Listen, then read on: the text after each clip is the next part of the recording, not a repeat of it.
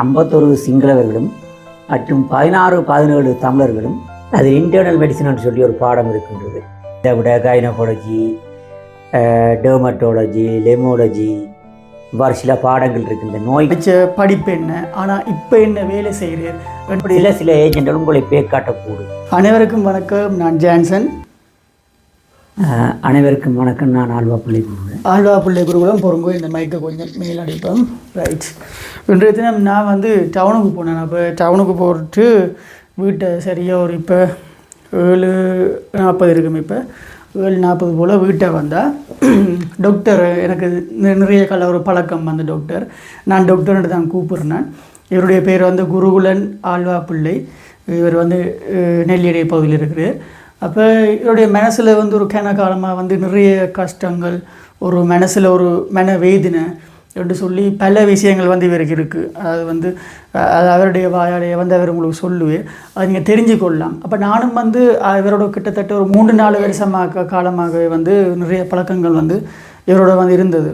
அப்போ அந்த டைமில் எங்களுக்கு அந்த என்ன சொல்கிறது, உங்களோட விஷயங்களை வெளிக்கொண்டு வரதுக்கு ஒரு நல்ல ஒரு இடம் உண்டு இல்லை, என்ன நல்ல இடம் உண்டு இல்லை, எங்களுக்குரிய ஒரு ஊடகமோ அப்படி இப்படின்னு சொல்லி இல்லை. அப்போ இவர் எல்லா ஊடகங்கள்லையும் நிறைய இடங்களில் போயிருக்கு, நிறைய இடங்களில் இவர் அவாய்ட் பண்ணப்பட்டும் இருக்கிறார். அப்போ இன்றைக்கு நாங்கள் இதை இதில் பார்க்க போகிறது உண்மையிலே இவர் நான் வைத்தியர் டாக்டர் என்று சொல்லி சொல்கிறேன். ஆனால் இவர் இவருடைய வாழ்க்கையில் எதிர்கொண்ட பிரச்சனைகள், இவர் எப்படி வைத்தியரானவர், இவர் படித்த படிப்பு என்ன, ஆனால் இப்போ என்ன வேலை செய்கிறார் என்றது தான் நாங்கள் இந்த வீடியோவில் பார்க்குறோம். இது சில நேரம் இவரை போல் இருக்கிற நபர்கள் யாராச்சும் ஆட்களுக்கு இல்லாட்டி இவரை போல் முடிவெடுக்கக்கூடிய ஆட்களுக்கோ ஒரு என்ன சொல்கிறது, ஒரு அவேர்னஸாக இருக்கும். என்ன இவரை போல் ஃபீல்டுகளை இருக்கிறவங்க போக நினைக்கிறவங்களுக்கு ஒரு அவேர்னஸாக கூட இந்த வீடியோ இருக்கலாம். சரி, நாங்கள் டாக்டர்கிட்டே கேட்போம் இவர் என்ன பிரச்சனையில் இருக்கிறார், இவருக்குரிய மன அழுத்தங்கள்னு சொல்லி இன்றைக்கு ஓப்பனாக சொல்ல போகிறார். அதுக்கு பிறகு நாங்கள் சொல்லுவோம் இவர் அடுத்த என்ன செய்ய போகிறேன்னு சொல்லி. ஓகே, சொல்லுங்கள், உங்களுடைய படிப்பு என்ன, நீங்கள் என்ன படித்த, நீங்கள் எந்த ஆண்டு காலத்தில் படித்த, நீங்கள் உங்களுக்கு நடந்த விஷயங்களை ஸ்லோவாக மெதுவாக சொல்லுங்கள். நான் 2006 ஐப்பசி மாதம் சீன தேசத்தை அடைந்தேன். அங்கு நான் மருத்துவம் கற்றுக்கொண்டிருந்த பொழுது அந்த பல்கலைக்கழகமானது முதலில் ஸ்ரீலங்கன் மெடிக்கல் கவுன்சிலுக்கு பதிவு இல்லாத ஒரு பல்கலைக்கழகம். இப்போ இவ்வாறு அந்த பல்கலைக்கழகத்தில் நான் படிக்கின்ற பொழுது அங்கு 51 சிங்களவர்களும் மற்றும் 16-17 தமிழர்களும், நான் நினைக்கின்றேன் 3-4 முஸ்லீமாக்கள் எங்களோட படித்திருப்பார்கள். அனைவரும் பெண்கள் அவர்கள். அப்போ இந்த ERPM என்று சொல்லி அந்த ஸ்ரீலங்கன் மெடிக்கல் கவுன்சில் எக்ஸாம் பேர் மாற்றப்படுகின்றது. முதல் இப்போ எந்த ஆண்டு காலத்தில் மாற்றப்படுது? கிட்டத்தட்ட நான் நினைக்கிறேன் இந்த 2010 ஆரம்ப போகுதுன்னு நினைக்கின்றேன். அது சரி. இப்போ முந்தி புனில் படிக்கல ஸ்ரீலங்கன் மெடிக்கல் கவுன்சில் எக்ஸாம் கொடுக்கக்கூடியதாக இருந்தது. இந்த 2010 இந்த இறுக்கமான ஒரு ரூல்ஸ் போட்டபடியால் இப்போ சொல்லினோம் என்னென்றால், இந்த ஸ்ரீலங்கன் மெடிக்கல் கவுன்சிலில் பதியப்பட்ட பல்கலைக்கழகத்தில் படித்தால் மாத்திரம்னு சொல்லி அவங்களோட மெடிக்கல் ஜாப்பில் எழுதி வச்சுருது. இது அனைத்து ஃபாரின் கண்ட்ரியில் படித்து போட்டு வருகின்ற மாணவர்களுக்கு சிக்கலாக இருக்கின்றது.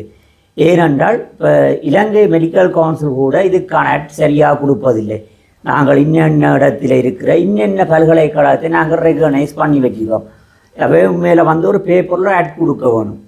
இந்த யூனிவர்சிட்டி ரெகனைஸ் பண்ணிக்கிறோம். அப்போ எங்களும் ஒரு பிரச்சனை இல்லை, நாங்கள் அந்த யூனிவர்சிட்டியை தேடி படிப்போம். அது எவ்வளோ காசாக இருந்தாலும் நாங்கள் இப்போ எங்களால் அதை செலவழிக்க முடிந்தால் அதை நாங்கள் அங்கே படித்து ஒரு மருத்துவ பட்டத்தை பெற்றுக்கொள்ளலாம். அப்போ நீங்கள் சொல்ல வர்றது 2010க்கு முதல் நீங்கள் படித்த யூனிவர்சிட்டி ஸ்ரீலங்காவில் ரிகனைஸ் ஆகிருந்தது.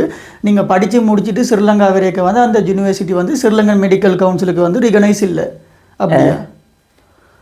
இப்போ 2006 நான் போகின்ற பொழுது அது ஸ்ரீலங்கன் மெடிக்கல் கவுன்சிலுக்கு பதியப்படாத பல்கலைக்கழகம் தான். அப்போ எங்களுடைய ஒரு சிங்களமானவன் படித்திருந்தார். அப்போ அவர் இந்த நாமலோடு படித்தவர். அப்போ அவர் என்ன செஞ்சால், சரி நான் இப்படி ஜனாதிபதியுடன் கேட்டு நீங்கள் ஒரு கையெழுத்து வச்ச ஒரு கடிதம் ஒன்று எழுதித்தாங்க, நாங்கள் இதை வச்சு ஸ்ரீலங்கன் மெடிக்கல் கவுன்சிலோடையும் ஒரு கதைப்போம், இப்படி 50 பேர் நாங்கள் சிங்கள மாணவர்கள் இருக்கின்றோம். இதே போன்று 16 பேர் நீங்கள் தமிழ் இருக்கிறீர்கள், மற்ற முஸ்லீம் ஒரு 4 பேர் இருக்கிறீர்கள். மொத்தமாக இலங்கையர் என்று சொல்லப்படுகின்ற வகையிலே 70 பேர் மொத்தமாக படிக்கின்றோம். ஆகவே இந்த 70 பேருடைய எதிர்காலம் என்ன? அங்கே ஒரு கேள்விக்குறி ஒன்று வருகிறது.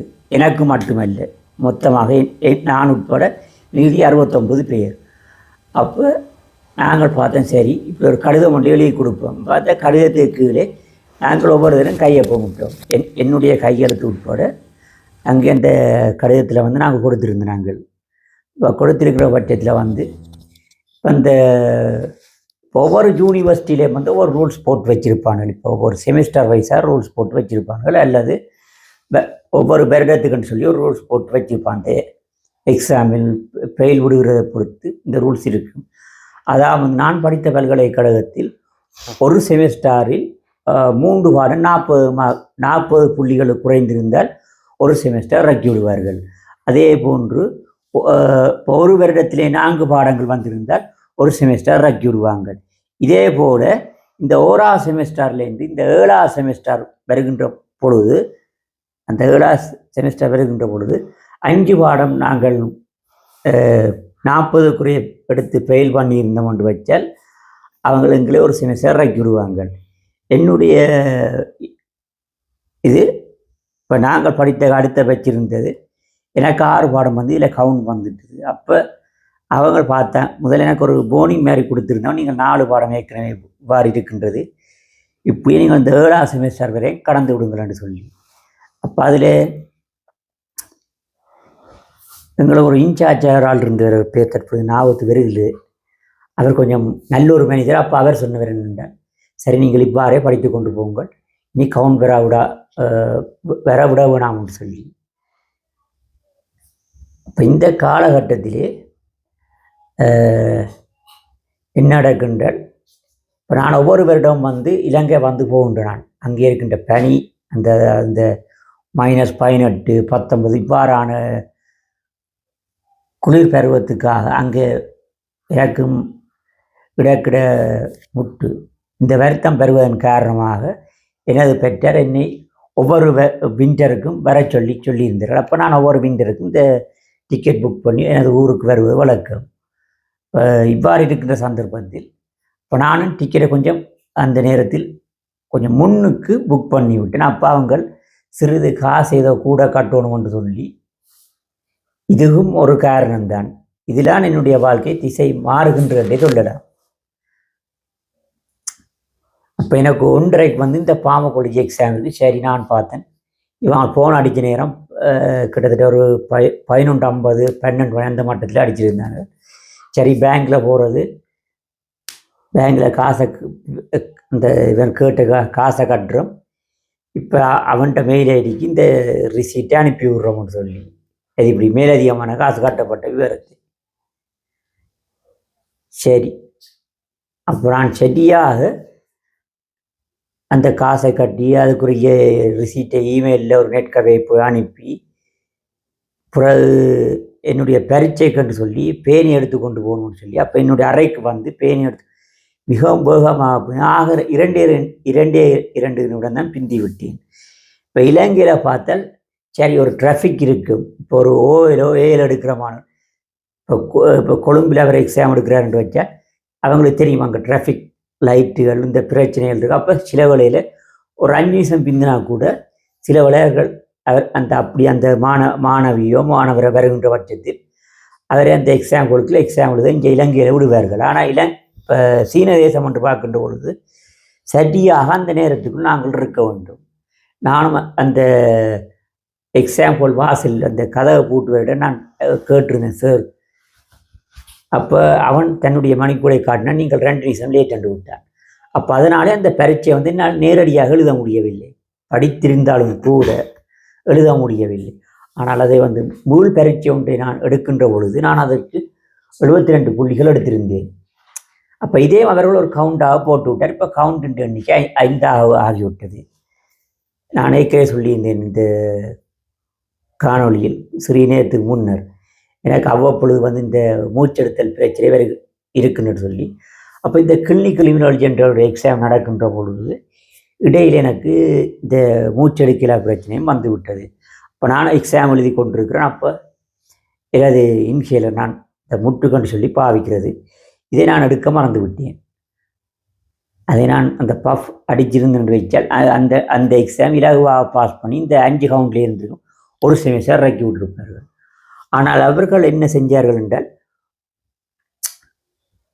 6 மாதம் இறக்குவதற்கு பதிலாக நீங்கள் 1 வருஷம் இறங்கி படியுங்கள் என்று சொல்லி, அப்போ நான் 6வது செமிஸ்டர் ஏற்கனவே படித்து கொண்டு வந்தேன். அப்போ அதாவது 1 வருஷம் என்றால் 4வது செமிஸ்டர் இறங்கி படிக்க சொல்லி, அங்கே 4வது செமிஸ்டர் பட்ஜ் இல்லை. இப்போ இருந்த வந்து மைக்ரோபயாலஜி படிக்கின்ற பட்ஜ், அதாவது 3வது செமிஸ்டர். அப்போ நான் பார்த்தேன் என்றால் 1.5 வருஷ கேப் வருது. அப்போ இந்த 1.5 வருஷத்துக்கான காசும் கட்ட வேணும், அதை விட வயசும் போகின்றது. சரி, பல்கலைக்கழகம் மாறி படிப்பதற்கு தீர்மானித்தேன். அது WHO ரெகனைஸ் இருக்குது. மற்றது இந்த யூனிவர்சிட்டி கிராண்ட் கமிஷன் ரெகனைஸ் இருக்குது.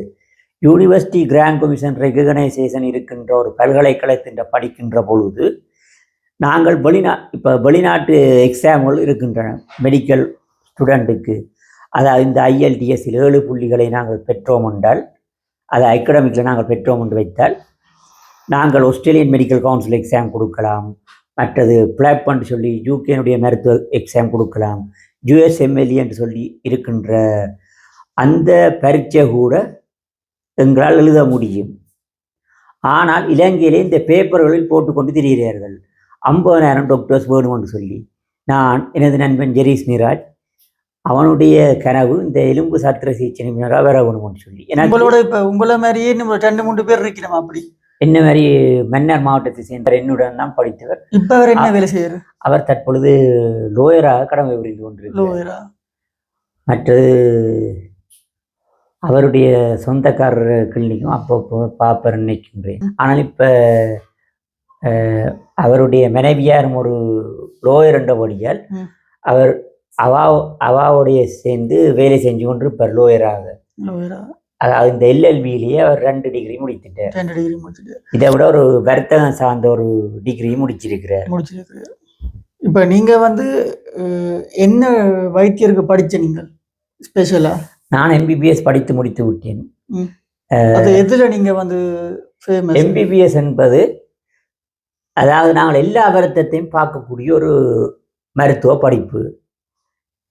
அது இன்டர்னல் மெடிசன் சொல்லி ஒரு பாடம் இருக்கின்றது.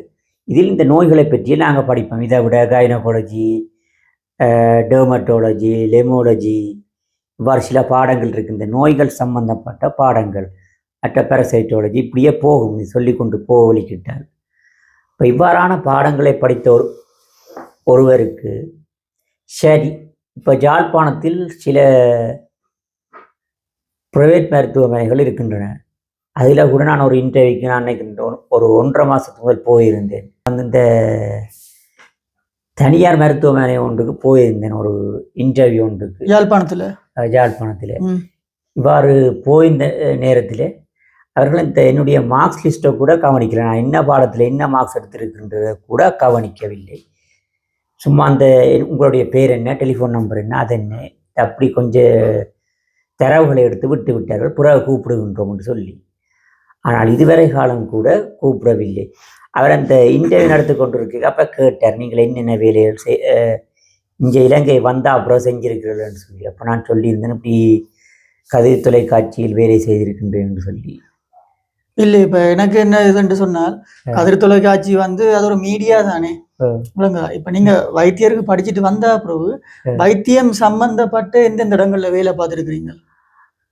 நான் ஊரணி ஹாஸ்பிட்டலில் வந்து என்னுடைய தகப்பனார் கேட்டுக்கொண்ட விடயத்தின் காரணமாக 3 மாதங்களாக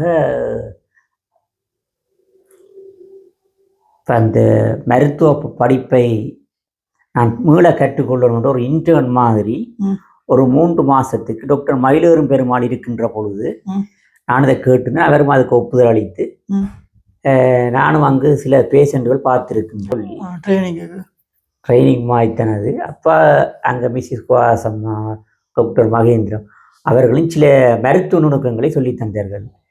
நீங்கள் இப்படித்தான் இந்த பேஷண்ட்டை பார்க்குற இன்னும் அடையாளங்கள் ஒரு பேஷண்ட்டில் காணப்பட்டால் அவருக்கு இதுதான் வருத்தம் அது இதுன்னு சொல்லி மிகவும் சிறப்பாகவே விளங்கப்படுத்தினார்கள்.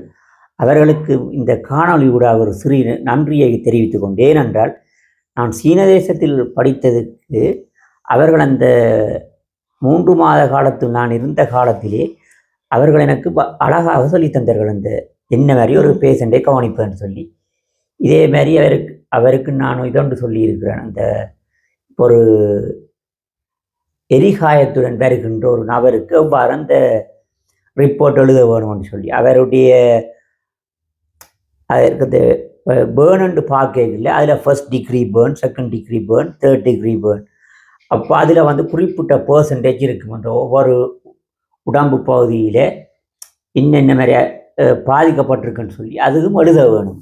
உண்மையிலேயே எத்தனை வயசுல வந்து இங்கிருந்து படிக்க போகும் நீங்கள்? நான் நினைக்கிறேன் எனக்கு ஒரு 23 வயது. 23 வயசு முடிச்சுட்டு பிறகு படித்து முடிச்சுட்டு இங்கே வரைக்க எனக்கு 29, கிட்டத்தட்ட 29 வயசு. 29 வயசு. எத்தனையாம் ஆண்டில் வந்து நீங்கள்? நான் 2012 7ஆம் மாதம். 2012 7ஆம் மாதம் உங்களுக்கு 29 வயசுல ஸ்ரீலங்காவுக்கு வந்து நீங்கள் படித்து முடிச்சுட்டு. அப்போ அங்கேருந்து விரைக்கல நீங்கள் என்ன மாதிரியான டிகிரியோட இங்கே வந்து நீங்கள்? அதான் இப்போ எம்பிபிஎஸ் டிகிரி எடுத்துட்டு வந்து நீங்கள் அப்புறம் நோட்டரி சர்டிஃபிகேட் எடுக்க வேணும். அப்புறம் அந்த சீன தேசம் ஒரு சர்டிஃபிகேட் ஒன்று தரும். அது அவ்வளோவும் நீங்கள் இங்கே கொண்டு வந்து பெய்ஜிங்கில் போய் தான் நாங்கள் எடுக்க வேணும். ஒரு நீல கலரில் கொடுப்பாரு. அதெல்லாம் மிஞ்சி இருக்கு உங்கள்கிட்ட? நான் வச்சிருக்கேன். எல்லா சான்றிதழும் வந்து உங்கள்கிட்ட இருக்கு. நீங்கள் எம்பிபிஎஸ் படித்ததுக்குரிய சான்றிதழ் வந்து. ரைட். இப்போ இன்றைக்கு நீங்கள் 2012க்கு பிறகு பார்த்தோம்னு சொன்னால் இன்றைக்கு பாருங்க 2025 ஆகிட்டு. என்ன மனுஷர் வந்து தன்னுடைய காலம் கிட்டத்தட்ட 13 வருடங்களா ஆகுறது. 13 வருஷமாகுது. இந்த மாதிரி திருமணம் கூட அவர் முடிக்கல. அது பாருங்க வந்து எத்தனை வருஷம் வந்து அவருடைய காலத்தை வந்து வீணடிச்சிருக்கிறார். அதாவது காலம் வந்து அதில் வீணடிக்கப்பட்டிருக்கு. என்ன காலம் நிறைய தான் வீணடிக்கப்பட்டிருக்கு. எவ்வளவு காலம், எவ்வளவு காசுகள், என்ன பணம், எவ்வளவு பணம் அவருக்கு வந்து செலவாக இருக்கும் சீனாவுக்கு போய் படிச்சுட்டு வர்றதுக்கு. என்ன இப்போ மருத்துவ படிப்பை நான் படித்திருந்தால் வேறு வேலைகளுக்கு நான் அப்ளை பண்ணுகின்ற பொழுது அதில் சில பேர் இன்டர்வியூ கூப்பிட்டார்கள். உங்களுடைய சர்டிஃபிகேட் வந்து ஆங்கிலத்திலும் கிடக்கு, அதில் ஒரு சர்டிஃபிகேட் சைனீஸ் மொழியிலையும் அடித்து வச்சுப்பார்கள்.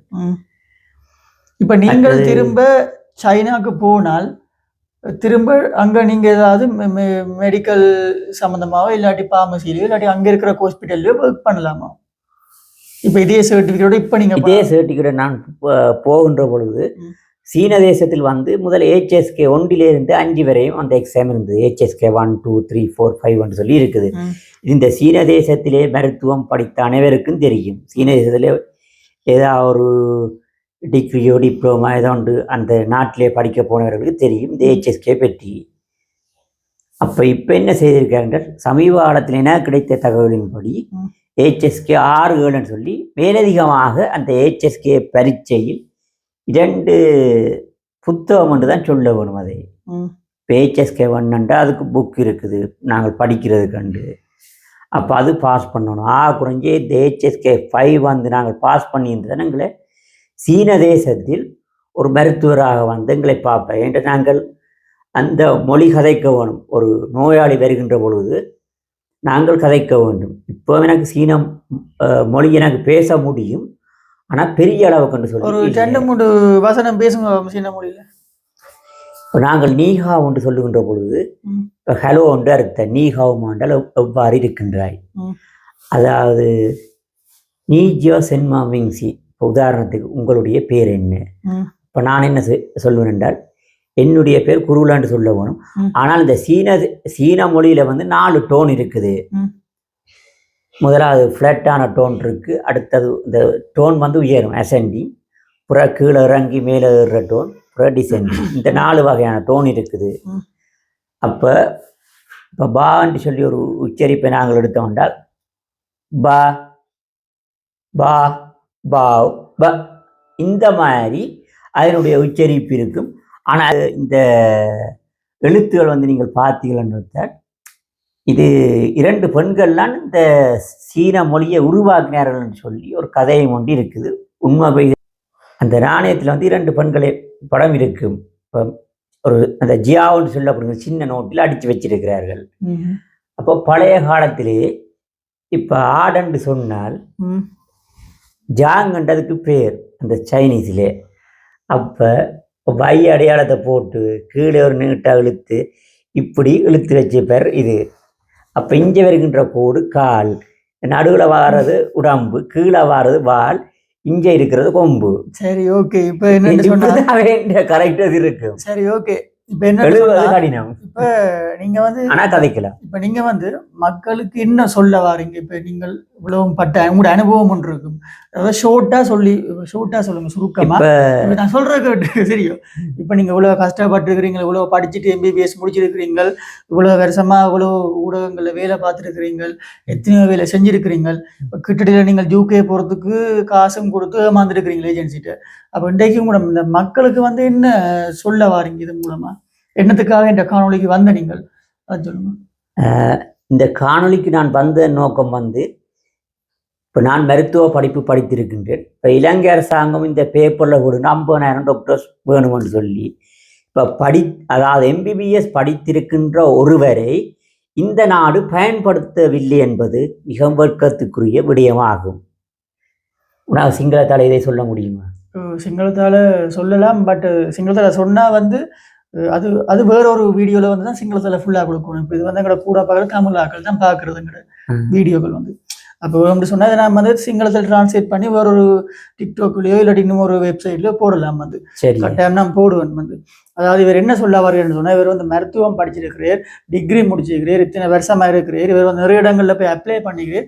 அட்லீஸ்ட் இவருக்கு வந்து ஒரு ப்ரைவேட் ஹாஸ்பிட்டலில் போய் அந்த கெசியரா அப்படி ஒரு வேலை இல்லை, என்ன இல்லாட்டி ஒரு பிரைவேட் ஹாஸ்பிட்டல் ஒரு கேசியர் குறைஞ்சது ஒரு சுகரை செக் பண்ணுங்கள், நெபுலைசர் குடியுங்கள், அது கூடி கொடுக்குறாங்க. நெபுலைசர் குடியுங்கள், இசிஜி மிஷின்ல ஓடுறது அந்த ரீடிங் பார்த்து சொல்லுங்கள். அப்ப இவருக்கு வந்து இப்படியான ஒரு சிறிய வாய்ப்பு கூட இன்னும் கொடுக்கப்படாம இவருடைய மனநிலையம் வந்து ரொம்பவே பாதிக்கப்பட்டிருக்கு. மன உளைச்சலுக்கு ரொம்ப ஆளாயிருக்கு. என்ன அதில் வந்து ரொம்ப மன உளைச்சலாக இருக்கு இவர் வந்து. அப்ப அந்த வகையில வந்து ஆள் வந்து ஒரு யூடியூப் சேனல் ஸ்டார்ட் பண்ணியிருக்குது. அந்த லிங்கையும் வந்து நான் உங்களுக்கு ஆட் பண்ணி விடுறேன். எல்லாத்தையும் ட்ரை பண்ணி கடைசியில் யூடியூப் சேனலும் ஸ்டார்ட் பண்ணி அதில் ஏதோ விஷயங்கள் மருத்துவம் சார்ந்த விஷயங்கள் வந்து இவர் போட்டு கொண்டிருக்குது. உங்களால் முடிஞ்சால் நீங்கள் போய் அதுக்கும் சப்ஸ்கிரைப் பண்ணி லைக் பண்ணி உங்களுடைய ஆதரவை தாருங்க. வேறு என்ன சொல்ல போகிறீங்க? இப்போ நான் இந்த காணொலியோட கேட்பது என்னவென்றால், இப்படி மருத்துவம் படித்திருக்கின்ற ஒருவரை அவருக்கு ஒரு சந்தர்ப்பத்தை தாருங்கள். அவர் உண்மையிலே படித்திருந்தால் அவர் அந்த மருத்துவ பரீட்சையை, அது 1 வருஷமாக இருந்தாலும் சரி, 6 மாதமாக இருந்தாலும் சரி, 2 வருடம் போனாலும் சரி, ஏனென்றால் படித்திருக்கின்ற அவர் எப்படியோ அந்த பரீட்சையை ஒரு காலத்தில் பாஸ் பண்ணுவார். அந்த நம்பிக்கை அவருக்கு இருக்கின்றது. நீங்களே அந்த மெடிக்கல் கவுன்சில் இப்போ எங்களுக்கு படித்த ஒவ்வொரு மருத்துவ பாடங்களையும் நீங்கள் கேள்விகள் கேட்டுக்கொண்டிருக்கிறீர்கள். அந்த கேள்விக்கான பதில் எங்களால் ஏழுமான அளவு தர முடியும். ஏனென்றால் ஒரு மருத்துவத்துக்கு படித்த ஒருவருக்கு அந்த விடயத்தை பற்றி ஏற்கனவே தெரியும். ஆகவே நாங்கள் இந்த காணொலியோட சொல்ல வருவது என்னென்றால், ERPF எக்ஸாமை இந்த மெடிக்கல் கவுன்சில் எழுத விடுங்கள். இது எங்களுக்கு போதும். உங்களுக்கு இப்போ எத்தனை வயசு? தற்போது எனக்கு 42 வயதாகின்றது. 42 வயசாகுது. இப்போ இந்த வாய்ப்பு வந்து இவர் கிடைக்காட்டியும் இனி வந்து உண்மையிலேயே இவரை போல படிச்சு வராங்களுக்கு அந்த வாய்ப்புகள் வந்து கிடைக்கணும். என்ன உண்மையிலேயே எவ்வளவு ஒரு கஷ்டம் வந்து இவ்வளவுத்துக்கு. ஏனென்றால் எங்களுடைய தேசத்தில் மருத்துவர்கள் உண்மையிலே காணாது. நான் இருக்கிறது நெல்லியடி. இப்போ வைத்தியர்கள் சரியான குறைவு. ஆகவே மருத்துவர்கள் எண்ணிக்கையை கூட்ட வேண்டும். இதற்கு ஏதாவது ஒரு நடவடிக்கைகள் எடுத்தால் நல்லவன்னு சொல்லி இப்படி மருத்துவம் படித்து போட்டு வருகின்றவர்களுக்கு அந்த மெடிக்கல் எக்ஸாமை எழுத விடுங்கள். உங்களோட மன ரீதியான அனுபவங்கள் எப்படி இது படித்து போட்டு இப்படி நீங்கள் இருக்கீங்க?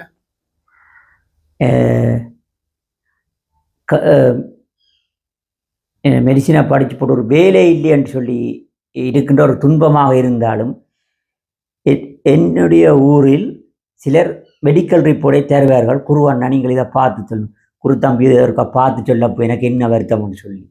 அப்போ நான் அதில் ஓரளவு பார்த்து சொல்லி இருக்கின்றேன். அப்போ எனக்கு அதில் ஒரு சிறிய சந்தோஷம் ஒன்று இருக்குத்தான். என்றாலும் இந்த எக்ஸாம் எழுத விடாத ஒரு பெரிய கவலையாக இருக்கின்றது. எதிர்காலத்தில் இந்த மருத்துவம் படித்து போட்டு வருகின்ற அனைவரையும் இந்த மெடிக்கல் கவுன்சில் எக்ஸாம் எழுத விட வேண்டும். ஏனென்றால் இப்போ வெளிநாடுகளில் பார்த்தால் சரி WHO ரெகனைஸ் இருக்கும் அந்த யூனிவர்சிட்டி, அடுத்த யூனிவர்சிட்டி கிராண்ட் கமிஷனில் ரெகனைஸ் இருக்கா, எங்கே படித்தாலும் எழுத விடுறானுங்கள். நீங்கள் IELTS எடுங்கள், 7 பேண்ட் எடுங்கள், எங்களுடைய நாட்டு பரீட்சையை நீங்கள் எழுதுங்கள், பாஸ் பண்ண நீங்கள் டாக்டராக வேலை செய்யுங்கள். ஆஸ்திரேலியா மாதிரி தான் சொல்லுகின்றது. சரி, அப்போ இந்த காணொலியில் வந்து உண்மையிலே பார்த்தோம்னு சொன்னால் நிறைய காலமாக பழக்கம் எனக்கு. அப்போ அவர் வந்து ஒரு மருத்துவராக வந்து மருத்துவ பட்ட படிப்பு படிச்சுட்டு அவர் இங்கே வரைக்க அவருடைய யூனிவர்சிட்டி வந்து இங்கே ரெகனைஸ் இல்லாமல் இருந்தது. அப்போ இருந்தாலும் ஒரு எக்ஸாம் ஒன்று எழுதி இருந்தால், எனக்கு இது சம்மந்தமாக அறிவுகள் இல்லாட்டியும் அவர் ஒரு எக்ஸாம் ஒன்று எழுதி இருந்தவர். அந்த எக்ஸாமை வந்து கூட அவர் எழுத விடையில சரி என்று போட்டு அவருக்குரிய டிகிரியில் அதுக்குரிய படிப்பு சம்மந்தப்பட்ட எல்லா சான்றிதழ்களையும் வச்சிருந்தும் அவர் பிரைவேட்டாக தனியார் மருத்துவமனைகளுக்கு நிறைய போயிட்டு அப்ளை பண்ணிக்கல வேலைகளுக்கும் வந்து அவர் எந்த ஒரு வேலைக்கும் எடுக்கல. அவர் கடைசியாக கேட்டது கூட என்ன, எனக்கு பிரைவேட் ஹாஸ்பிட்டலில் ஒரு கெஷியர் வேலை நடந்தாங்கன்னு சொல்லி. அப்போ அதுக்கு கூடிய அவர் விடையில சரி கடைசி ஒரு பேஷண்ட்டுக்கு என்ன சுகர் பார்க்கறதுக்கு சரி கேட்டிருந்தவர், அதுக்கு கூட என்ன விடையில்லைன்னு சொல்லி. அப்போ உண்மையிலே அவருடைய காலமும் நேரமும் வயசும் வந்து இதில் உண்மையிலே நாசமாக்கப்பட்டுன்னு சொல்லுற மாதிரி காலம் நேரம் வயசு எல்லாம் வந்து நாசமாக போயிடுது. அப்படியே அவருடைய பணமும் வந்து அப்படியே போயிடுது. அப்போ இந்த காணொலியை பார்த்தா உங்களுக்கு புரிஞ்சிருக்குன்னு நினைக்கிறேன். என்ன சொல்றது, இவரே போல நீங்கள் இப்படியான யூனிவர்சிட்டியில் படிக்க போகும்போது கொஞ்சம் அதை தேடி பார்த்துட்டு போங்க. என்ன அந்த யூனிவர்சிட்டி வந்து ஸ்ரீலங்கன் மெடிக்கல் கவுன்சில் வந்து ஸ்ரீலங்கன் மெடிக்கல் கவுன்சில் வந்து இறுக்கமாக இருப்பதால் தயவு செய்து நீங்கள் இந்த மருத்துவம் படிக்க போகின்ற பொழுது ஸ்ரீலங்கன் மெடிக்கல் கவுன்சிலில் அந்த யூனிவர்சிட்டி பதிவு இருக்கா, அப்படி இல்லை சில ஏஜென்ட்கள் உங்களை பேக்காட்டக்கூடும். இது நடக்கின்றதான். அவனுக்கு காசு வேணும், அவனை யூனிவர்சிட்டியில் லிங்க் வச்சிருப்பான், ஆனால் இங்கே ரெகனைசேஷன் இருக்க மாட்டுது. ஆகவே நீங்கள் அந்த யூனிவர்சிட்டி ஸ்ரீலங்கன் மெடிக்கல் கவுன்சில் இருக்கிற பதிவு இருக்குது. அது எந்த நாட்டிலையும் இருக்கலாம் அந்த யூனிவர்சிட்டி வேர்ல்டு வைட. அது ரஷ்யாண்டாலும் சரி, சைனாண்டாலும் சரி, மற்றது தற்பொழுது போகிறார்கள் வேறு வேறு நாடுகளுக்கும். அந்த போகின்ற நாட்டிலும் இந்த யூனிவர்சிட்டி ரெகனைஸ் ஆகி அங்கீகாரம் அளிக்கப்பட்டிருக்க இலங்கையில் பதிவு இருக்கா என்று கேட்டு ஸ்ரீலங்கன் மெடிக்கல் கவுன்சிலில் கேட்டு பார்த்துட்டு போகுங்க. அது உங்களுக்கு நன்மை வேக்கும் என்று கூறிக்கொண்டு இந்த காணொலி இந்த ஸ்ரீலங்கன் மெடிக்கல் கவுன்சிலிங்கில் வந்து நீங்கள் அப்படி வெளியில் போயிட்டு படிச்சுட்டு வர போகிறீங்கன்னா ரெகனைஸ் ஆகியிருக்கா, பதிவு செய்யப்பட்டிருக்கா யூனிவர்சிட்டின்னு பார்த்துட்டு போயிட்டு படிங்க. எங்களோட வாழ்க்கையில் நாங்கள் எடுக்கிற ஒவ்வொரு ஸ்டெப்பும் ஒவ்வொரு முடிவுகளும் தான் எங்களோட வாழ்க்கையை வந்து திசை திருப்பக்கூடும். இன்றைக்கு இவர் வந்து அப்படி போயிட்டு அங்கே எடுத்த சில முடிவுகள் தான் இன்றைக்கு இவற்றை வாழ்க்கையில் வந்து ஒரு பெரிய பாதிப்பாக வந்து அமைஞ்சிருக்குன்னு சொல்லிக்கொண்டு இந்த காணொலி வந்து உங்களுக்கு பிடிச்சிருந்தா மறக்காமல் லைக் பண்ணிவிட்டு என்னுடைய சேனலுக்கும் போயிட்டு சப்ஸ்கிரைப் பண்ணிவிட்டு எங்களுக்கு ஒரு ஆதரவு தாருங்கன்னு சொல்லிட்டு மீண்டும் ஒரு காணொலியில் வந்து சந்திக்கலாம்னு சொல்லிக்கொண்டு உங்களிடம் வந்து விடைபெறும் நான் ஜான்சன். நான் ஆழ்வா பிள்ளை குருவிலே. பாய் பாய்.